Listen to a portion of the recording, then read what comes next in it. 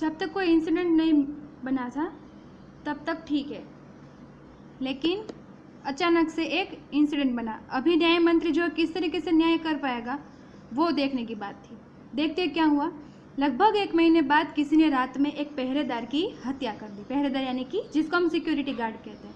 1 महीने बाद एक पहरेदार की हत्या हो गई और सुबह होते ही ये बात चारों तरफ फैल गई। ऑब्वियसली ऐसी कुछ भी बात होते तो लोगों को एक दूसरे से बताने में देर नहीं लगती, इसलिए सुबह होते तो चारों ओर ये बात फैल गई कि रात को ही एक पहरेदार की हत्या हो गई। ये तो बहुत बड़ा गुनाह था, बहुत बड़ा न्याय करने की बात थी।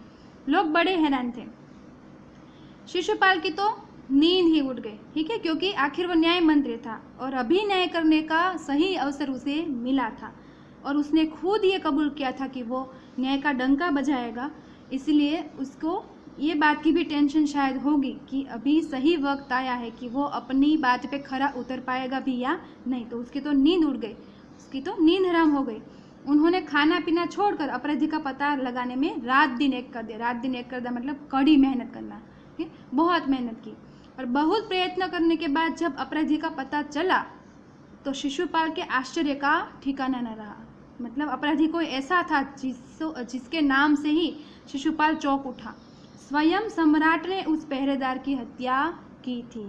ठीक, अभी तो बहुत बड़ा न्याय करने की बात थी, क्योंकि न्याय करना है वो भी राजा के दरबार में। न्याय मंत्री होके राजा को ही दोषी घोषित करना है, ठीक है, राजा को ही अपराधी घोषित करना है। तो ये तो बहुत बड़ा न्याय करने की बहुत कठिन बात थी।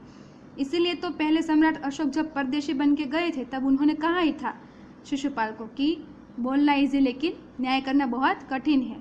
लेकिन शिशुपाल बहुत कॉन्फिडेंट था और अभी उसको ये अवसर भी मिला कि वो अपना कॉन्फिडेंस जो था वो खरा करके दिखा दे। तो जब पता चला उसको कि और कोई नहीं लेकिन सम्राट अशोक ने ही पहरेदार की हत्या की थी, मतलब सम्राट अशोक ही अपराधी थे। सम्राट को अपराधी घोषित करना बहुत ही कठिन काम था। शिशुपाल करे भी तो क्या करे, ठीक है, राजा को ये अगर कह दे कि आप दोषी, आप अपराधी, तो हो सकता है कि राजा उसको ही दंडित कर दे, शिशुपाल को ही अपराधी घोषित करके, तो शिशुपाल को ही दंड दे दे राजा को अपराधी घोषित करने के बदले में। एक ओर वे न्याय मंत्री थे, मतलब न्याय तो को करना ही पड़ेगा, वो भी एकदम तटस्थ रह के किसी की बात में ना आके कोई राजा रंग देखे बिना उसको न्याय करना पड़ेगा। और दूसरी ओर सम्राट के सेवक भी थे। न्याय मंत्री मतलब सम्राट की सेवा में भी थे, यानी कि सम्राट को भी वो अपराधी घोषित कैसे कर सकते थे। परंतु न्याय की दृष्टि में सम्राट और साधारण व्यक्ति में कोई अंतर नहीं होता। ये बात शिशुपाल भली भांति समझते थे कि जब न्याय की बात आती है तब सामने वाला इंसान कौन है वो देखा नहीं जाता है, लेकिन सही कौन है वो देखा जाता है। अगले दिन शिशुपाल दरबार में पहुंचे। सम्राट अशोक सिंहासन पर बैठे हुए थे। आते ही उन्होंने शिशुपाल से पूछा कि अपराधी का पता चला। न्याय मंत्री ने साहसपूर्वक कहा। देखो कितना साहस उसको जुटाना पड़ा होगा, क्योंकि राजा के सामने राजा को ही दोषी साबित करना है, अपराधी कहना है, तो कितनी हिम्मत के साथ उसने कहा कि जी हाँ चल गया, यानी कि पता चल गया। तो फिर उसे उपस्थित करो, यानी कि हमारे सामने लाओ।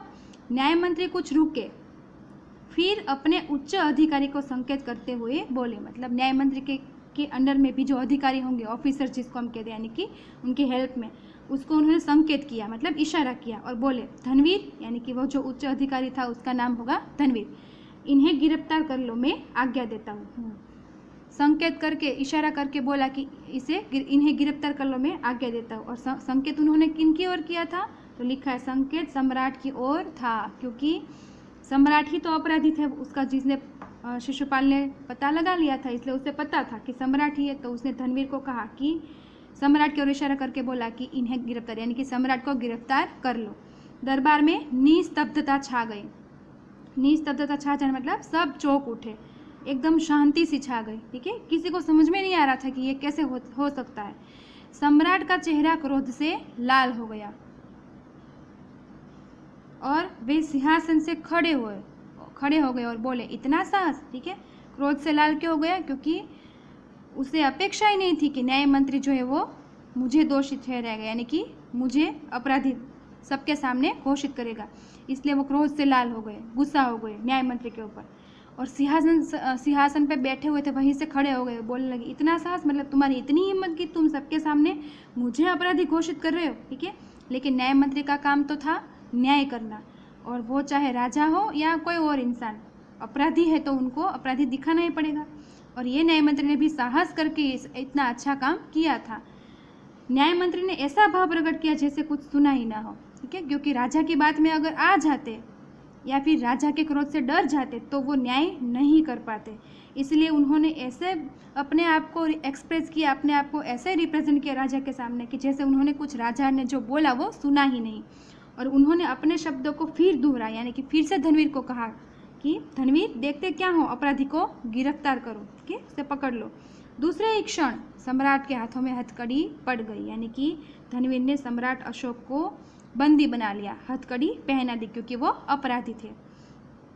न्याय मंत्री ने कहा, अशोक तुम पर पहरेदार की हत्या का आरोप लगाया जाता है, तुम इसका क्या उत्तर देते हो। देखो, न्याय मंत्री ने सम्राट अशोक को अशोक कह के पुकारा, ठीक है, क्योंकि यहाँ पर अभी उनके सामने अशोक एज ए सम्राट नहीं थे, मतलब राजा नहीं थे, लेकिन एक अपराधी थे। इसलिए उसने बोला कि तुम पर पहरेदार की हत्या का आरोप लगाया जाता है क्योंकि तुमने पहरेदार की हत्या की है, और तुम उसका क्या उत्तर देते हो, मतलब तुम्हें कुछ बताना है, ठीक है, तुम अपना गुनाह कबूल करते हो।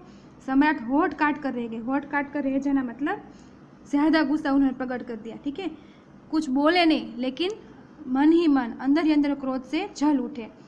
और न्याय मंत्री ने फिर पूछा, तो तुम अपराध स्वीकार करते हो, ठीक है, तुम अपना गुनाह कबूल कर रहे हो कि नहीं। हाँ, मैंने उसे मारा अवश्य है, पर उद्दंड था, उद्दंड था मतलब कि ऐसे जिद्दी स्वभाव वाला था, ठीक है, या फिर किसी का भी अनादर कर दे, वैसे स्वभाव वाला जो व्यक्ति होता है उसको उद्दंड कहा जाता है, कि बिना किसी बात का किसी को भी वो अनादर कर दे, किसी की भी मजाक उड़ाए या किसी को भी अनसुना कर दे। ऐसा कौन आंसर दे रहे? सम्राट अशोक, यानी कि अपराधी के रूप में वो कह रहे कि मैंने उसे मारा ज़रूर है लेकिन वो उद्दंड था, ठीक है, मतलब कि वो सेवा के लायक ही नहीं था, ठीक है, वो पहरेदार की पोस्ट पर रहने के लायक ही नहीं था। सम्राट का ये उत्तर था।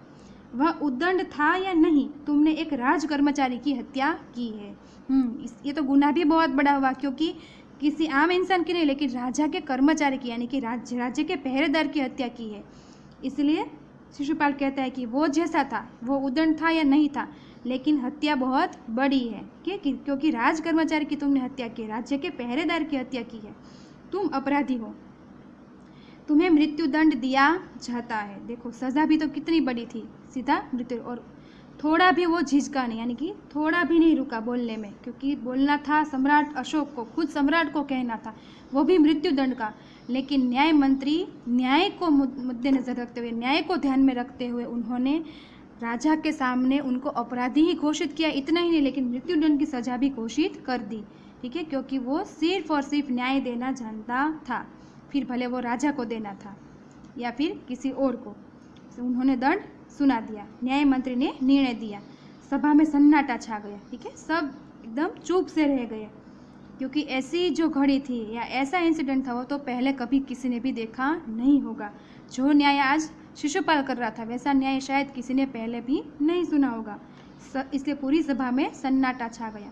न्याय मंत्री का निर्णय सुन सम्राट ने सिर झुका लिया, ठीक है, मतलब कि उन्होंने गुनाह कबूल कर लिया, उन्होंने सज़ा कबूल कर ली, फिर कुछ नहीं बोले, क्योंकि न्याय मंत्री के आगे तो राजा भी कुछ नहीं बोल सकता है, क्योंकि अभी वो अपराधी है। वे तो स्वयं शिशुपाल की परीक्षा में सफल हो गए थे, क्योंकि उन्होंने शिशुपाल को जो अवसर दिया था उससे वो शिशुपाल की परीक्षा लेना चाहते थे कि ये पर्सन ने जो बोला था कि वो न्याय का डंका बजा कर दिखा देगा, वो सही में कर पाता है या नहीं, ऐसे वो परीक्षा लेना चाहते थे, ठीक है। इसीलिए वो परीक्षा में खुद सफल हो गए, क्योंकि वो शिशुपाल की जो परीक्षा ले रहे थे उसमें शिशुपाल खरा उतरा, यानी कि उनकी परीक्षा सफल हो गई। सम्राट का हृदय ऐसे व्यक्ति को पाकर गदगद हो रहा था, ठीक है, वो बहुत भावुक हो रहे थे और बहुत अपने आप को धन्य समझ रहे थे कि ऐसा इंसान उनको न्याय मंत्री के रूप में मिला है, कि जो सबसे बड़ा जो है, यानी कि जो राजा है खुद, उसको भी न्याय देने में झिझक नहीं रहा है, उसको भी अपराधी घोषित करने में नहीं झिझक रहा है, तो वो सही न्याय कर पाएगा, हर बार उसका न्याय सही रहेगा ही, ठीक है। तो ऐसे व्यक्ति को पाकर सम्राट खुद धन्य हो गए थे। तभी न्याय मंत्री का संकेत पाकर एक कर्मचारी सम्राट अशोक की सोने की मूर्ति लेकर उपस्थित हो गया। देखो, उसका न्याय भी तो कैसा है, राजा को भी वो राजा के साथ भी अन्याय नहीं करे, मतलब राजा जो है उसका आदर भी वो नहीं कम कर रहा है, राजा का मान भी संभाल रहा है और साथ में राजा को अपराधी घोषित किया, इसलिए दंड भी दे रहा है। न्याय मंत्री ने खड़े होकर कहा, सज्जनों, यह सच है कि मैं न्याय मंत्री हूँ और यह भी सच है कि अपराधी को दंड मिलना चाहिए, परंतु अपराधी और कोई नहीं, स्वयं सम्राट है। और शास्त्रों में राजा को ईश्वर का रूप माना गया है, इसलिए उसे ईश्वर ही दंड दे सकता है।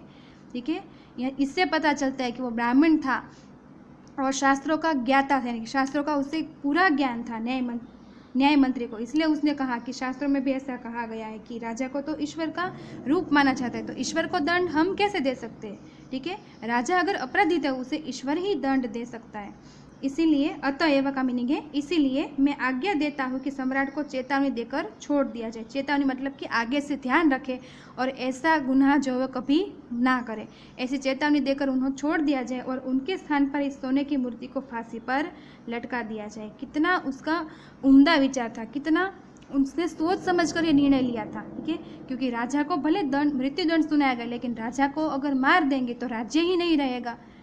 राजा मर जाएगा तो उसका राज्य ही खत्म हो जाएगा। और जिस राजा ने उसे न्याय मंत्री बनाया, जिस राज्य का वो न्याय मंत्री है, वो राजा के साथ भी अन्याय नहीं होने देगा। राजा अपराधी जरूर था, लेकिन शास्त्र की बात उसने सुनी कि राजा को कब ईश्वर माना जाता है, इसलिए राजा को दंड देने का अधिकार हमें नहीं है। राजा को ईश्वर ही दंड देगा, इसलिए उसने राजा को चेतावनी देकर छोड़ दिया और उसके स्थान पर उसने जो निर्णय दिया था, सबके सामने सुनाया था मृत्युदंड, वो भी गलत नहीं होना चाहिए। इसलिए उसने दूसरा एक अच्छा रास्ता निकाला कि राजा के स्थान पर सोने की मूर्ति को फांसी पर लटका दिया, जिससे लोगों को शिक्षा मिले। शिक्षा मिले मीन्स लोगों को पता चले कि ऐसे अपराध करने की सज़ा मौत हो सकती है। ठीक है, आगे न्याय मंत्री का न्याय सुनकर लोग जय जयकार कर उठे, क्योंकि ऐसा न्याय लोगों ने शायद पहले कभी देखा ही नहीं होगा। जैसा न्याय शिशुपाल ने किया तो लोग उसकी जय जय गाने लगे, जय जय करने लगे। और जब सब लोग चले गए तो शिशुपाल ने राजमुद्रा सम्राट अशोक के सामने रख दी। जो राजमुद्रा सम्राट अशोक ने उसको न्याय मंत्री बनाते समय दी थी, वही राजमुद्रा उसने वापस अपने हाथ से निकालकर सम्राट अशोक के सामने रख दी और क्या बोले, महाराज यह राजमुद्रा वापस ले ले, मुझसे यह बोझ नहीं उठाया जाएगा। ठीक है, आखिरकार शिशुपाल को भी ये एहसास हो गया कि उसने जो बात की थी, तभी परदर्शी ने जो बोला था किसी के दोष निकालना सरल है, लेकिन सही में यह काम न्याय देने का काम बहुत कठिन है। वो काम जो था वो कितना कठिन है, उसका अनुभव आज शिशुपाल को भली भांति हो गया।